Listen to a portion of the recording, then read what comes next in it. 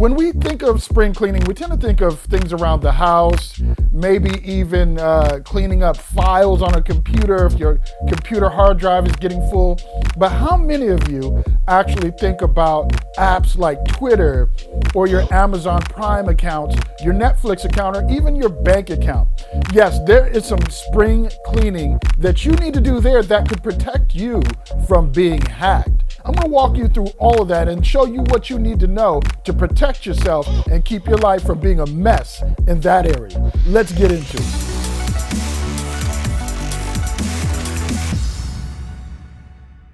Hey, if any of the videos on this channel from my colleagues, from myself have helped you, please consider hitting us with the thumbs up, clicking that subscribe button, and hitting that notification bell so you'll be notified when we upload the latest content and when we run our contests. We're giving away free stuff, y'all. So, how long have you been on Twitter?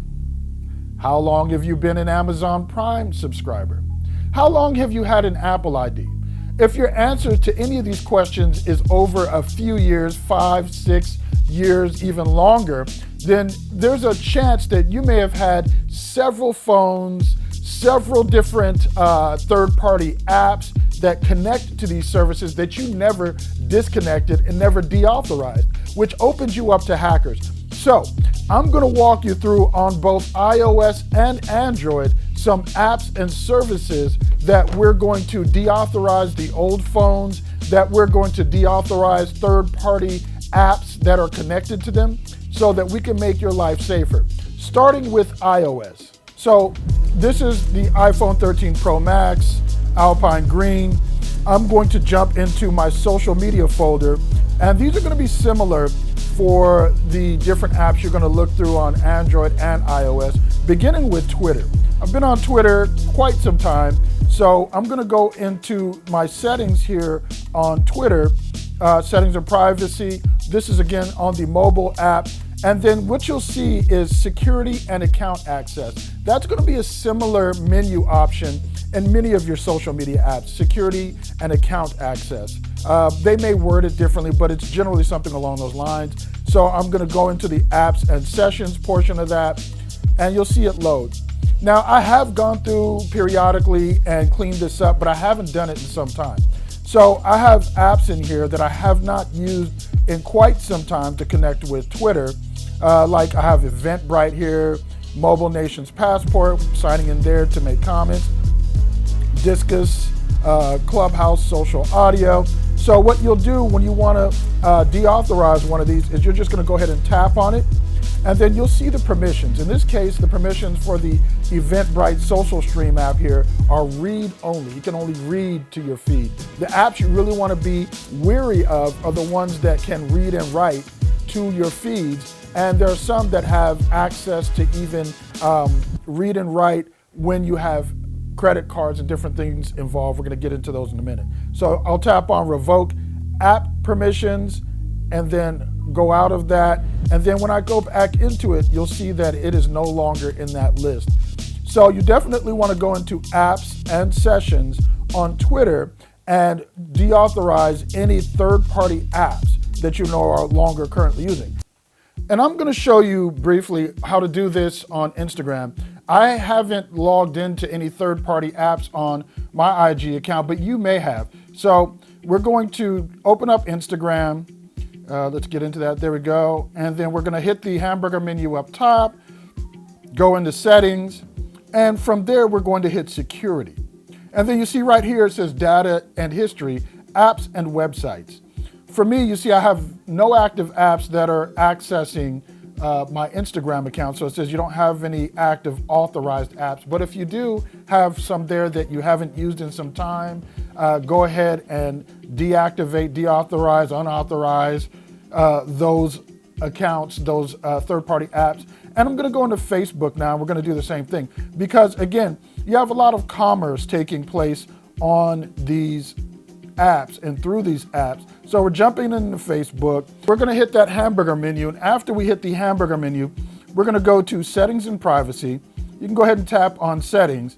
And then we're going to go down to, let's get to that, permissions. And again, in a lot of apps, these items will be in a permissions and a security menu. So we're going to permissions here, apps and websites.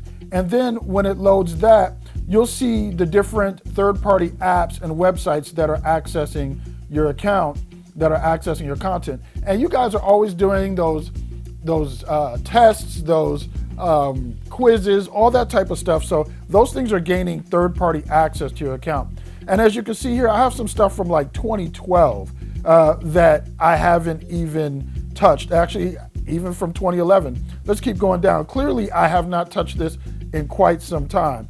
So continuing to go down here, the list, I used to write for parents.com. So you see back in 2011, I had them authorized, and continuing down, Profile Maker, TabSite app.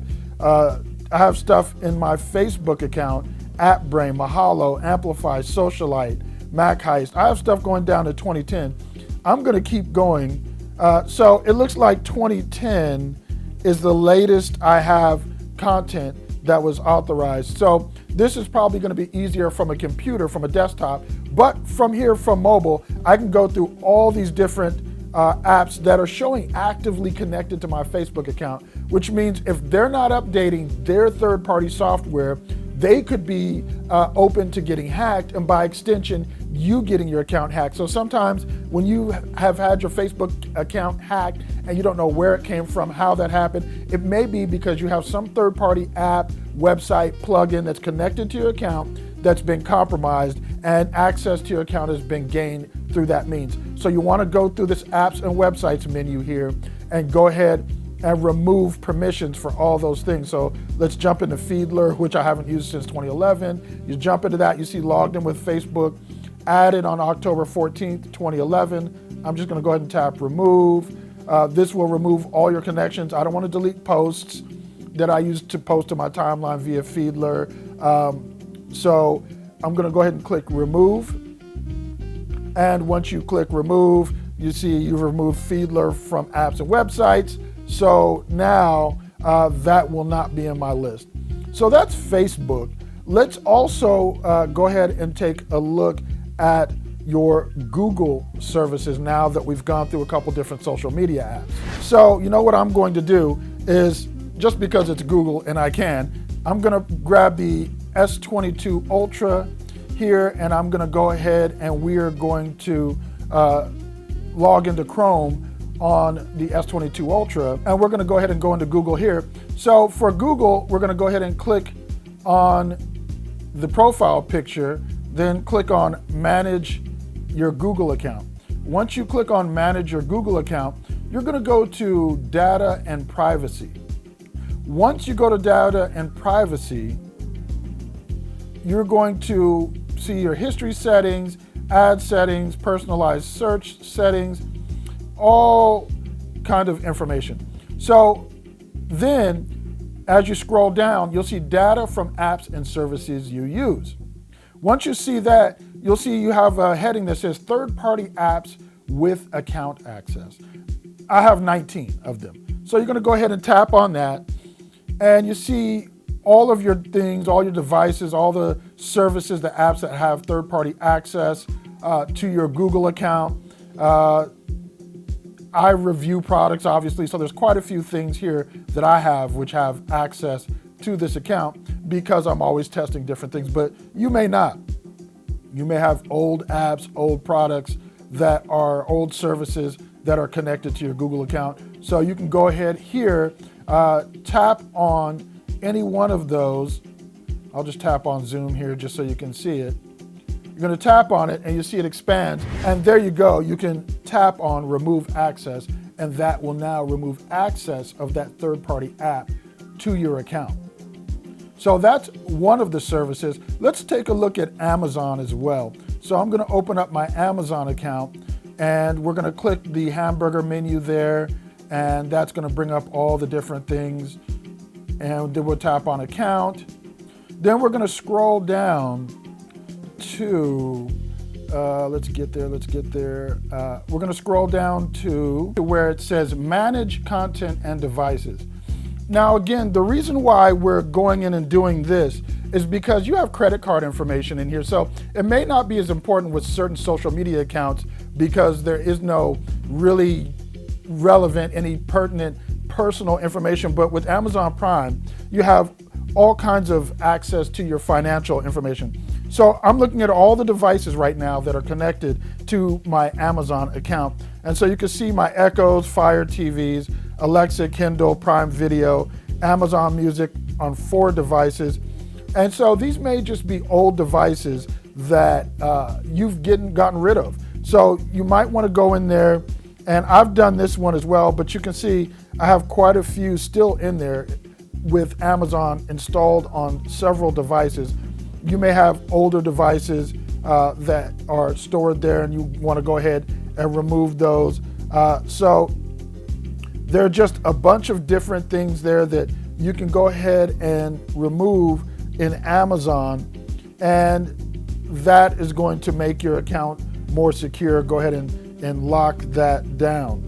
You can go into the first tab also, which is content, and tap on apps and see all the apps that you have here, and see if you want to actually remove, like PlayStation View, RIP, is no longer a thing. So you can go in there and you can tap on that and you can make changes, remove it, do whatever you need to do. You can tap on a bunch of things at once and then select whatever actions, bulk actions are available for those multiple items. Add from library, remove from library. That's just spring cleaning. That's not necessarily hacker-proof stuff, but that's just cleaning up your account so you don't necessarily have all this stuff just sitting in there that's no longer active while you're already in there removing devices from the account. So that's 2 services, Google and Amazon, that you might want to look out for as well in removing content. And now let's get into one that's really important, your banking. So I'm going to jump into my bank account. We're not going to show that obviously on camera, but I'll go ahead and get to where we need to go. And again, with the banking, it's going to be a similar thing to some of the others, where once you get into it, you'll see something somewhere eventually that will say like security. Like I'm going into Security Center in this one, and I'm going to see if it's right in there. And you can see there it is. I have 8 devices which have access to my bank account right here, and it shows me right there up top, devices 8 total. Keep track of your devices and manage their access to your account. So I'm going to go ahead and tap on that, and now I can see which devices have accessed my account last and at what time. And as you can see, again, they're all relatively recent because when I wipe and refresh and take care of all that with the devices I review, it removes them from here once I have removed access from that. But if you have a device that's been lost, anything like that, you might want to go in here to My Devices and remove those devices so that they no longer have access to your bank account through the app on the phone if somebody, for instance, gets a hold of those devices. And as you can see at the bottom of my account where it says deactivated devices, it also says you don't have any deactivated devices right now. So you can do this on mobile. Many times you can do this directly from the desktop. Maybe the app you're using does not allow you to do that on mobile. So that's banking. And one more I want to go into while we're here. For those of you with iOS devices, we're going to jump into the settings and the Apple ID. If you have upgraded phones, switched phones, you'll see in your Apple ID all the devices. As you can see, again, reviewing products, you're not going to see as many. But if you're a family of 4 and have upgraded your phones every 2 or 3 years, you could technically, with family sharing and all that, have just quite a few devices in here. You can see I currently have quite a few because I just haven't removed some of the ones I've reviewed recently. So I've got several iPhones, a few different iPads, different Apple TVs, a few smart TVs, and multiple Apple Watches. And again, most of that is stuff that I have reviewed. am currently reviewing or have to return still, and I haven't disconnected them. So you might want to go in there and not might, but definitely, if you've sold a device, if you've end of life one of your devices, you've upgraded, you're going to want to go in here to your Apple ID on your iPhone and remove old devices from your account so you can secure and lock that down. And that is app spring cleaning on both Android and iOS. If you have any other questions about keeping your third-party app access neat and tidy, keeping any of the other app accesses neat and tidy, go ahead and leave those in the comments below. I'll get to them. Love chatting with you. As always, I'm Tashaka Armstrong for Reviews.org. Don't take it lightly that you spent your time with us today. I will catch you on the next video.